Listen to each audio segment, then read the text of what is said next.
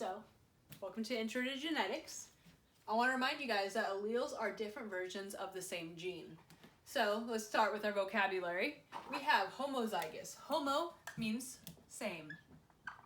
So these are the same alleles. And remember, alleles, you're going to have two. One is coming from your mother, one is coming from your father. Just like how your parents got one set from your mom, one set from your dad. Hetero, different. So that means different alleles. So for alleles, for the sake of this class, there's generally a dominant and then there's a recessive. So dominant I usually like to think of as on top, it's going to mask the recessive. And recessive I like to think of an economy recession.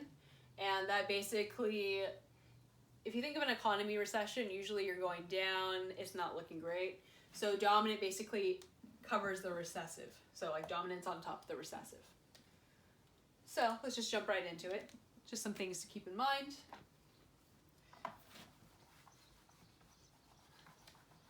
Usually, to represent the different types of alleles, we have big variable, which I'm going to say is A. It could be any letter. It could be X, Y, or Z. But big A is the dominant. Little a is the recessive. So the combinations could be big A, which means dominant. No, sorry. Let's start with homozygous. Dominant.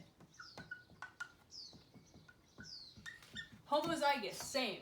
Both of these are the same. They're both big A. Homozygous, dominant. Dominant because it's big A. Big A, little a is heterozygous. Dominant. Hetero, different. Big A, little a. It's dominant because there's a big A. And then there's little a, which is homozygous. Recessive.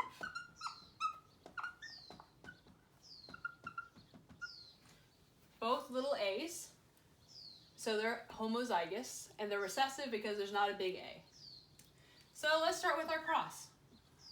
Here we have a punnett square.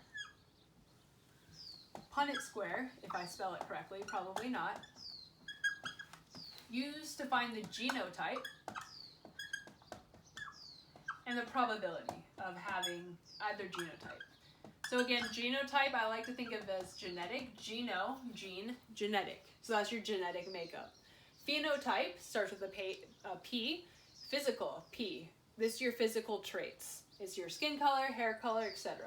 Genotype could be any of these things. So for this problem, let's say big A is black fur, and little a is white fur. So there's the mom. Moms are on top, dads are on the side. Big A, little a. Let's say mom has big A, little a, it's black fur, and then there's the dad who is little a, little a. So if we go across on the punnett square, it's big A, little a. So first one is big A, little a, little a, little a, big A, little a, and little a, little a. So here we have our genotypes. Big A, little a, big A, little a, little a, little a, and little a, little a. So I'm going to just put G for genotype. It's big A, and little a, little a. So let's think of what the phenotype is. Big A, little a, so black fur, because there's a big A, so automatically it's black. Same with the bottom one. There's a big A, so it's black. For this one, there's no big A, so it's white, and this is white. So you have, let's see what the probability is. Probability, half of them are black. And then the other half are white. Pretty straightforward. And then if you wanted to go a step further, there's the phenotype, which is black or white.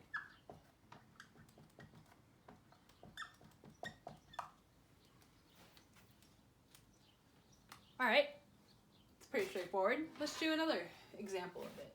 Let's keep that actually. So let's say that we have mom, put dad, just put D. Let's say big A, little a, little a. So dad is white, mom is black. Go across, big A, little a. Big A, little a. Before I continue, usually we write the capital first. Big A, little a, and big A, little a. So, the only genotype there is big A, little a. The only phenotype there is black because all of them have a big A. So that dominant trait is going to mask the recessive, which is the white. And therefore there's 100% black and a 0% white. Thank you.